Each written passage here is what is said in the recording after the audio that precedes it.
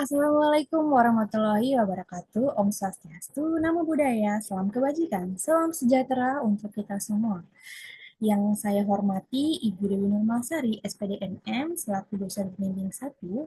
Yang saya hormati Bapak Dr. Ahmad Fauzi, SPD MAK, selaku dosen pembimbing 2. Pada kesempatan kali ini, saya akan mempresentasikan sidang akhir skripsi saya yang berjudul Pengaruh Dukungan Sosial Orang Tua dan Konsep Diri Terhadap Prestasi Belajar melalui mediasi motivasi belajar siswa di SMK Negeri 3 Jakarta.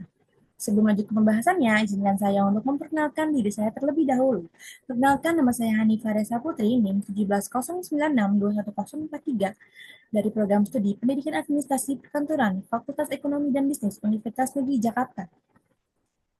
Dalam pembahasannya terdapat 5 topik utama. Yang pertama ada pendahuluan, yang kedua ada kajian teori, yang ketiga ada metodologi penelitian, yang keempat ada hasil pembahasan, dan yang kelima ada kesimpulan dan juga saran.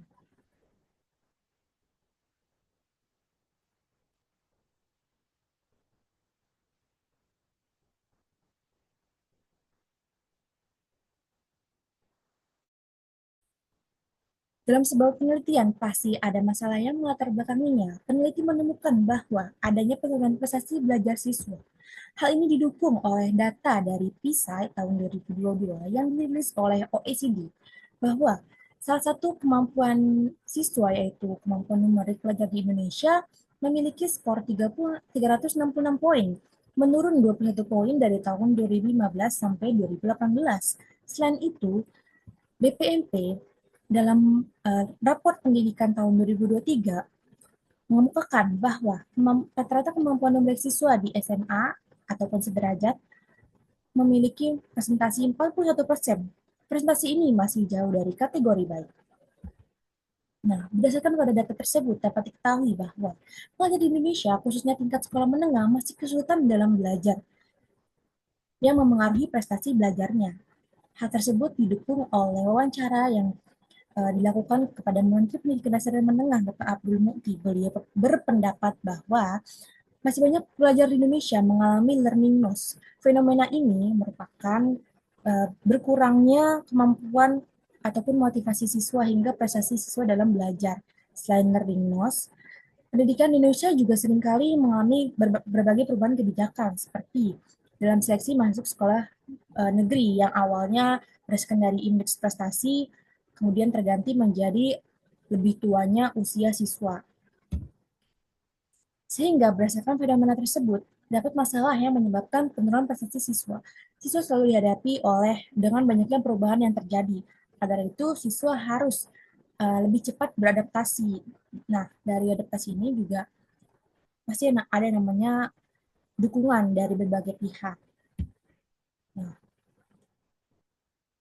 peneliti dalam menemukan faktor yang mempengaruhi dari penurunan prestasi belajar siswa ini melakukan observasi awal yang memperoleh hasil riset bahwa menurut siswa tingkat uh, variabel yang memenuhi prestasi belajarnya yang pertama yaitu ada motivasi belajar diikuti oleh konsep diri, yang ketiga ada dukungan orang tua, yang keempat ada peran guru, dan yang terakhir ada teman sebaya.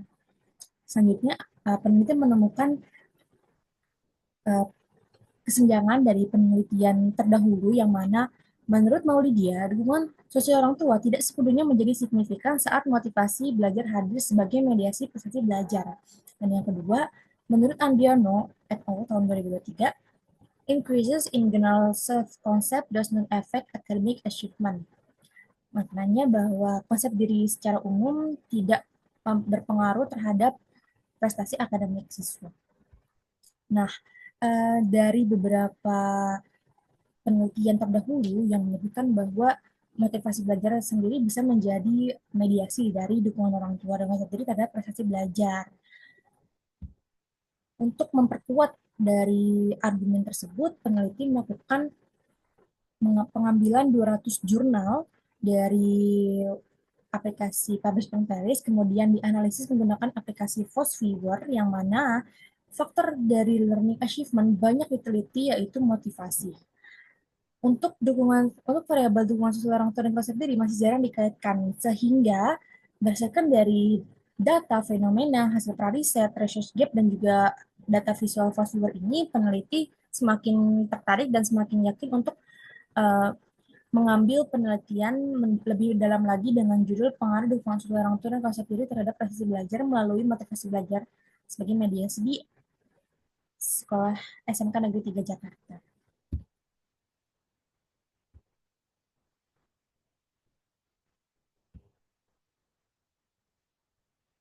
Berdasarkan permasalahan sebelumnya, pertanyaan penelitian yang akan dibahas dalam penelitian ini sebagai berikut. Yang pertama, apakah dukungan sosial orang tua mempengaruhi prestasi belajar? Yang kedua, apakah konsep diri mempengaruhi prestasi belajar? Yang ketiga, apakah dukungan sosial orang tua mempengaruhi motivasi belajar? Yang keempat, apakah konsep diri mempengaruhi motivasi belajar? Yang kelima, apakah motivasi belajar mempengaruhi prestasi belajar? Yang keenam, apakah motivasi belajar mempengaruhi secara tidak langsung dukungan sosial orang tua dengan prestasi belajar? Dan yang terakhir, yang ketujuh, apakah motivasi belajar mempengaruhi secara tidak langsung konsep diri dengan prestasi belajar.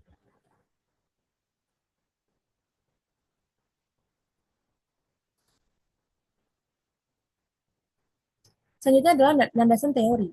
Yang pertama ada dukungan sosial orang tua. Dukungan orang tua ini adalah keterlibatan orang tua yang memberikan orientasi masa depan yang lebih positif. Dukungan ini bisa berupa saran, nasihat, tindakan yang sesuai dengan kebutuhan anak. Selanjutnya adalah konsep diri. Konsep diri memiliki pandangan dan kesan yang berbeda-beda. Melalui konsep diri, individu berkesan terhadap kualitas dirinya, baik itu tentang ciri khas, fisik, sosial, emosional, pendapat, dan juga prestasi.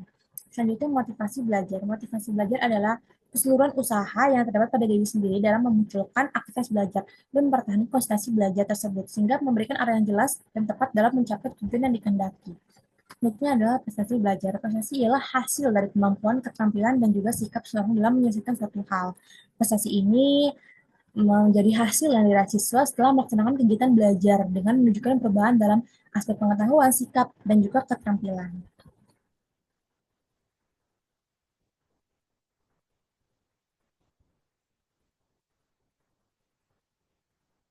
Berikut ini adalah konstelasi penelitian pada penelitian ini, yang mana terdiri dari 4 variabel, 2 variabel bebas, 1 variabel mediasi, dan 1 variabel terikat. Dari arah garis tersebut dapat diketahui bahwa terdapat arah pengaruh langsung dan arah pengaruh tidak langsung. Sehingga pada penelitian ini memiliki hipotesis sebagai berikut. Yang pertama, dukungan sosial orang tua mengenai prestasi belajar. Yang kedua, konsep diri mengenai prestasi belajar. Yang ketiga, dukungan sosial orang tua mengenai motivasi belajar. Yang keempat, konsep diri mengenai motivasi belajar. Yang kelima, motivasi belajar mengenai prestasi belajar. Dan yang keenam, motivasi belajar mempengaruhi secara tidak langsung dukungan sosial orang tua dengan prestasi belajar. Dan yang terakhir dan ketujuh, motivasi mahasiswa mengaruhi secara tidak langsung konsep diri dengan prestasi belajar.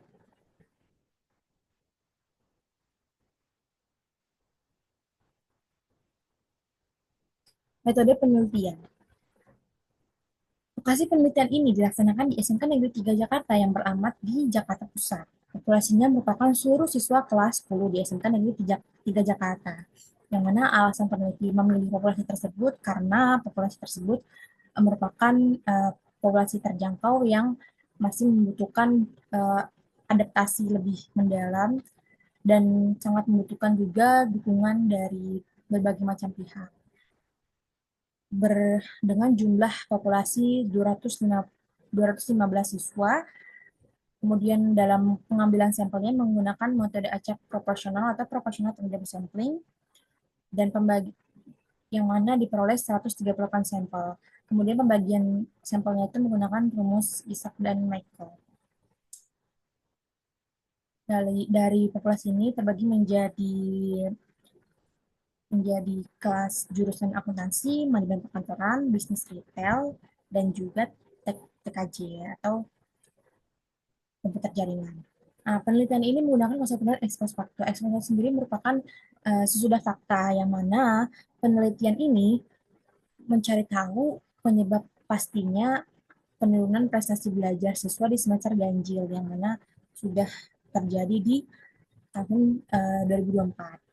Kemudian teknik penelitian ini adalah teknik korelasional karena untuk mencari tahu hubungan antara variabel dan pendekatannya kuantitatif karena hasil dari penelitian ini merupakan uh, hasil yang numerik. Penelitian ini dibagi menjadi dua, yaitu variabel dukungan orang tua, konsep diri, dan satu variabel dua variabel bebas. Satu variabel mediasi yaitu motivasi belajar sebagai data primer, serta variabel terikat prestasi belajar sebagai data sekunder yang diambil melalui nilai rapat siswa di semester ganjil. Selanjutnya adalah teknik pengumpulan data.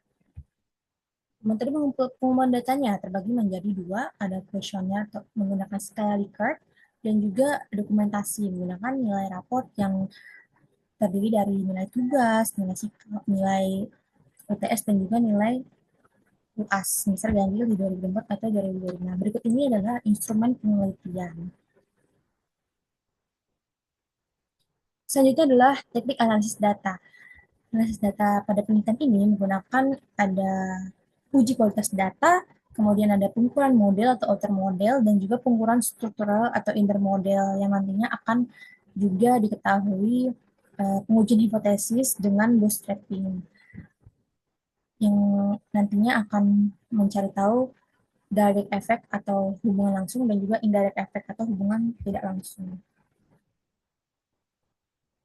Selanjutnya analisis instrumen.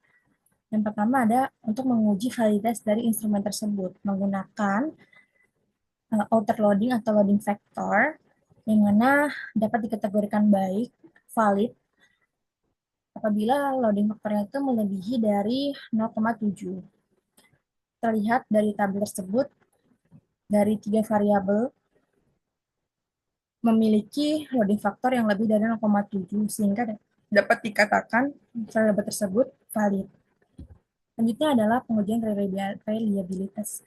Menurut Sugiono, sebuah instrumen dapat dikatakan reliable apabila kelompok alfanya melebihi dari 0,7. Dapat terlihat dari tabel tersebut bahwa masing-masing variabel memiliki kelompok alfa yang lebih dari 0,7. Sehingga dapat dikatakan instrumen tersebut reliable dan bisa untuk lanjut kepada analisis yang selanjutnya.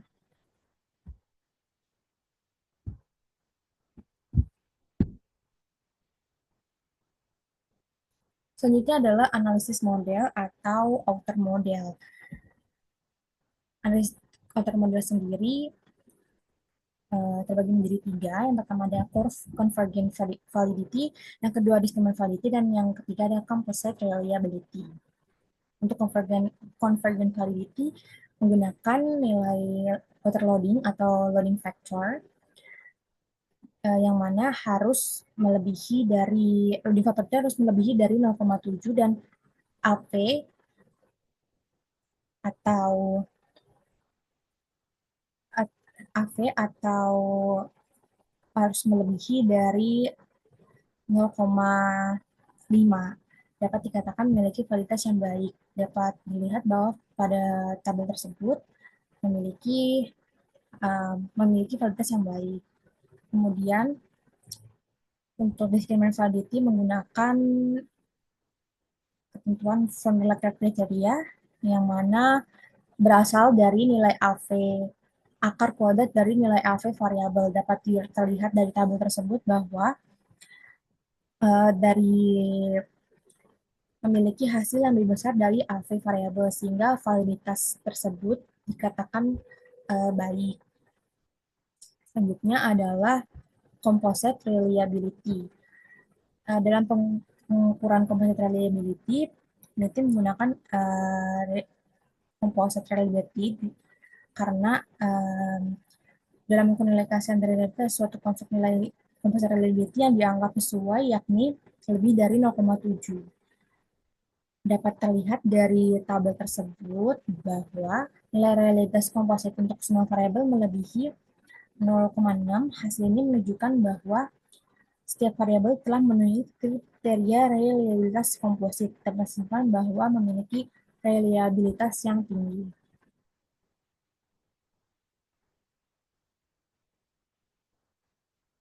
Selanjutnya adalah analisis struktur atau inner model.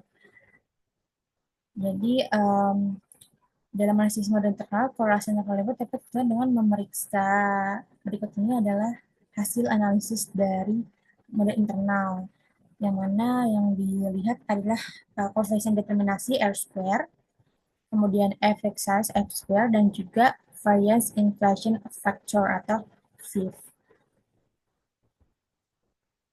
Nah, untuk coefficient determinasi sendiri, itu kita menjelaskan pengaruh faktor variabel dependen tertentu terhadap variabel dependen.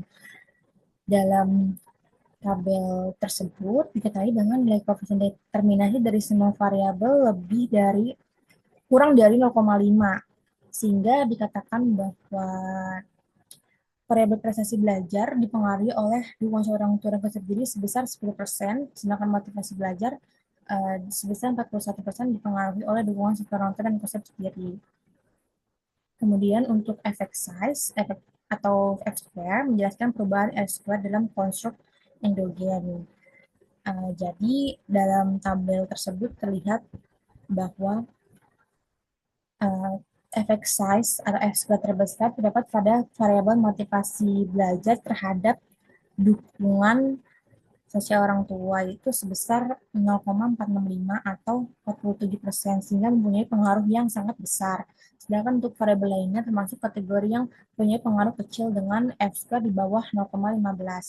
Selanjutnya adalah variance inflation factor atau VIF. Jadi VIF ini tuh jika untuk mengetahui masalah multikolinearitas apabila banyak faktor yang terhubung. Apabila lebih dari 0,5,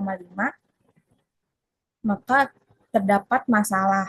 Sedangkan kurang dari 0,5, maka tidak terdapat masalah multikolinearitas. Dari tabel tersebut terlihat bahwa semua variabel memiliki nilai VIF kurang dari 5, sehingga dapat dikatakan tidak memiliki masalah multikolinearitas. Selanjutnya adalah pengujian hipotesis atau bootstrapping. Nah, dalam bootstrapping sendiri terdapat dua. Yang pertama ada pengaruh langsung dan juga pengaruh tidak langsung. Jadi ketentuannya itu untuk hipotesis ini menggunakan analisis jalur atau path analysis. Yang mana jika hipotesisnya diterima, maka nilai statistik atau data itu OSTJ itu lebih dari 1,96 dan nilai P kurang dari 0,05, maka hipotesis maju. Dan apabila hipotesis tolak, jika tes statistik kurang dari 1,96 dan nilai P-nya lebih dari 0,05. Dapat terlihat dari tabel tersebut bahwa terdapat 4 hipotesis yang diterima dan 1 hipotesis yang ditolak, yakni hubungan konsep diri terhadap prestasi belajar secara langsung ditolak. Kemudian untuk analisis pengaruh tidak langsungnya terdapat dua. Yang pertama ada indirect variation apabila jalur yang secara langsung ini itu tidak signifikan, sedangkan jalur tidak langsungnya signifikan. Dan yang kedua ada direct atau non-mediation apabila jalur yang tidak langsungnya tidak signifikan, tapi jalur yang langsung itu signifikan. Dari tabel tersebut dapat terlihat bahwa analisis pengertian langsung antar variabel memiliki satu hipotesis yang diterima dan satu hipotesis yang ditolak. Hipotesis yang ditolak sendiri adalah dikonsumsi orang tua terhadap prestasi belajar melalui mediasi belajar dengan nilai tes statistik yang kurang dari 1,96 dan nilai p-value-nya dan p-value-nya lebih dari 0,05. Sedangkan untuk yang konsep diri terhadap prestasi belajar melalui motivasi belajar diterima karena tes statistik lebih dari 1,96 dan p-value-nya kurang dari 0,05.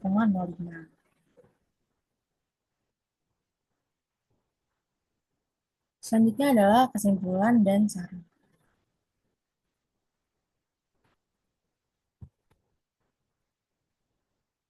Nah, pada penelitian ini dapat pengaruh dukungan sosial orang tua terhadap prestasi belajar bersifat pengaruh dukungan sosial orang tua dan prestasi belajar bersifat signifikan yang positif.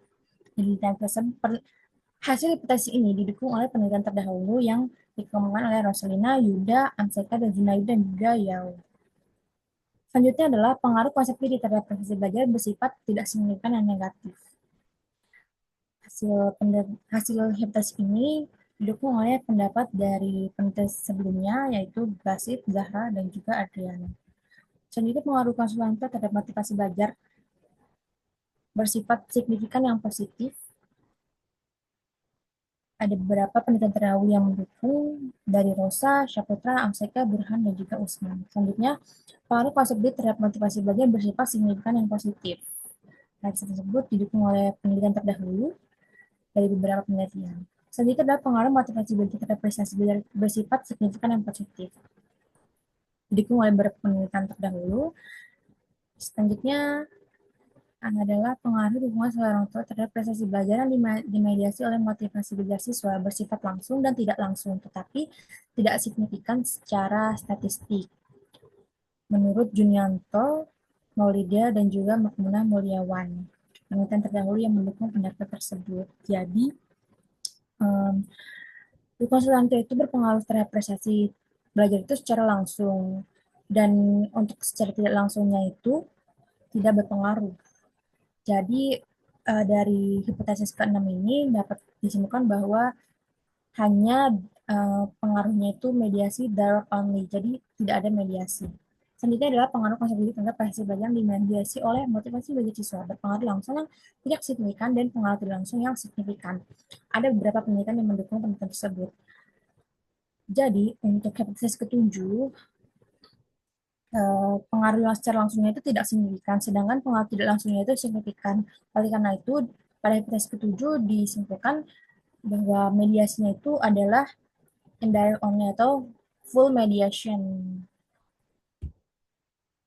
Selanjutnya adalah saran dari penelitian ini bagi siswa sebaiknya memiliki kesadaran, keinginan, keyakinan, dan motivasi yang positif sejak dini. Yang kedua, bagi orang tua, meningkatkan kesadaran bahwa peran orang tua dalam mendukung saat anak saat proses belajar itu merupakan hal yang sangat penting. Yang ketiga, bagi sekolah, penting untuk menjaga motivasi belajar siswa agar setiap hari siswa bersemangat untuk belajar dengan memberikan fasilitas kelas yang nyaman dan aman, strategi atau metode pengajaran yang interaktif dengan memanfaatkan media yang menarik, memberikan transparansi penilaian atau evaluasi saat proses pembelajaran sehingga siswa terpacu untuk menjadi lebih baik. Dan yang terakhir bagi penelitian selanjutnya adalah mempertimbangkan untuk menggunakan variabel moderator guna lebih memahami hubungan antar variabel dan melihat apakah ada faktor yang memperkuat atau memperlemah pengaruh antar variabel tersebut. Sekian presentasi yang bisa saya sampaikan. Kurang lebihnya mohon maaf. Saya akhiri. Wassalamualaikum warahmatullahi wabarakatuh.